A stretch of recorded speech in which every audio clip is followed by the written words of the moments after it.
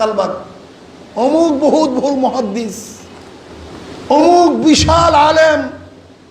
কেন তার কলব কি সে স্বর্ণ দিয়ে বান্ধাইয়া ফেলাইছে নাকি? হ্যাঁ, এলেম এক জিনিস, কলম আর এক জিনিস। এলেম ভিন্ন জিনিস, আখলাক ভিন্ন জিনিস। সব খোলায়া ফেলাই। বিশাল মুহাদ্দিস, উনি হাফিজুল হাদিস হোক, উনি গোটা দুনিয়ার এলেম জানুক না কেন, ওনার কলব ঠিক হয়েছে কিনা আপনি জানেন? ওনার কলব ঠিক হয়েছে কিনা আপনি জানেন? আপনি এলেমের সাথে কলবের কি বুঝেন? কিসের সাথে কি মিলান আপনি? শয়তান তো সমস্ত এলেমের অধিকারী। যত এলেম, যত কোরআন এবং যত সাহিফা, সমস্ত এলেম আল্লাহ পাক শয়তানকে দান করছে।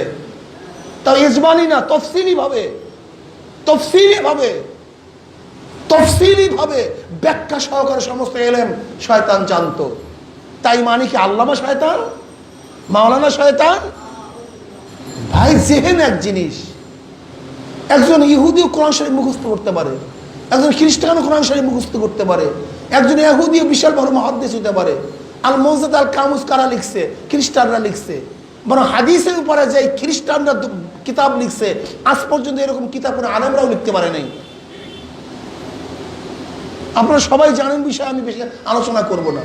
এলেম একটা ভিন্ন জিনিস, এলেম একটা ভিন্ন জিনিস, কিন্তু এলেমের নূর ভিন্ন জিনিস।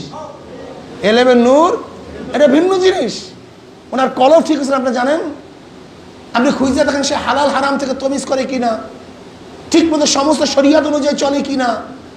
দেখেন তার আখলাকের অবস্থা কি, গোপন খবর নেন। আমরা মনে করি এলেম এলেম এলেম এলেম, এলেম তো ভিন্ন জিনিস। এটা সবাই পড়তে পারে, খ্রিস্টানরাও পড়তে পারে, ইহুদিরাও পড়তে পারে, হিন্দুরাও পড়তে পারে।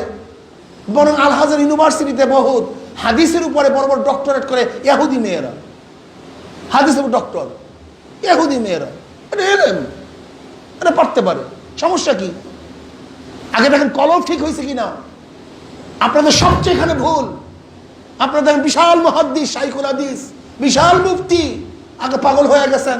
আমি তো ছাতাও হই না এদের উপরে। আমি প্রথম দেখি তার কলমের অবস্থাটা কি, তার আখলাকের অবস্থা কি, তার চরিত্রের অবস্থা কি, তার তাকওয়ার অবস্থা কি, তার তাকওয়ার অবস্থা কি।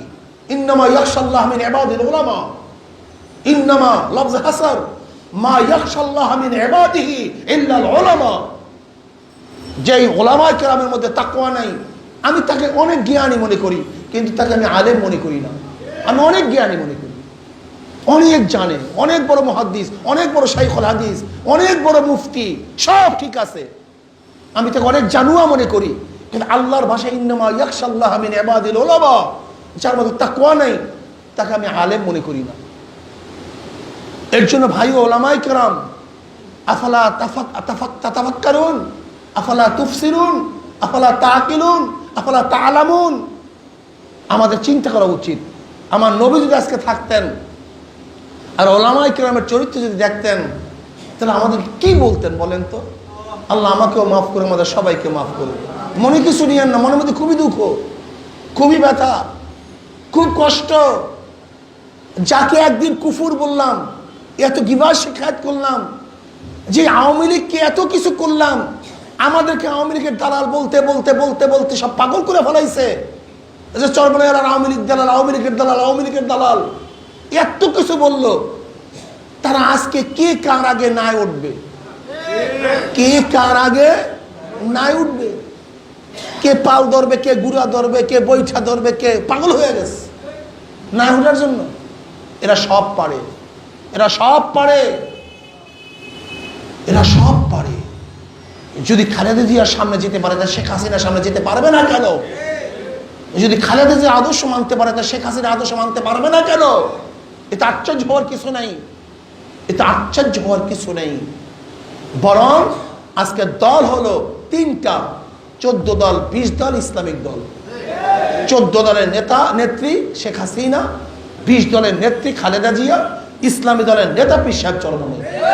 কথা ক্লিয়ার, স্পষ্ট, একেবারে ক্লিয়ার, সাফ সাফ কথা। আমি উলামায়ে কেরামকে বলবো, কয়দিন বাঁচবো, কয়দিন বাঁচবো? এই সাতার পাঁচা নিয়ে চিন্তা, আর পেট পিক, খাবো কি মাইর খাবো, এই দুই চিন্তায় আমাদেরকে আচ্ছা হক তরফ থেকে কাফের করে দিচ্ছে।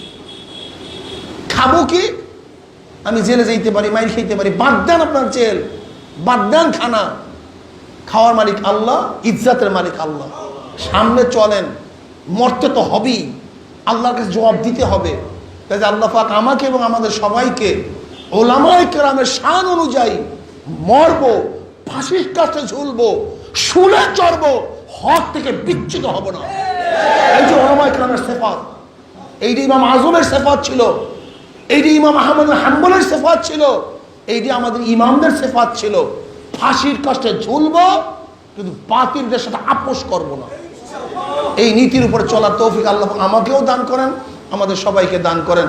অনেক কথা বলছি, বেয়াদবি নিয়েন না, ক্ষমা করিয়া দিয়ে। নিজে যখন আপনের সাথে মিল হয় তখন কিন্তু রাগ ক্ষোভ অনেক কিছুই ঢালে, কি কথা ঠিক না? এটা বাস্তব না?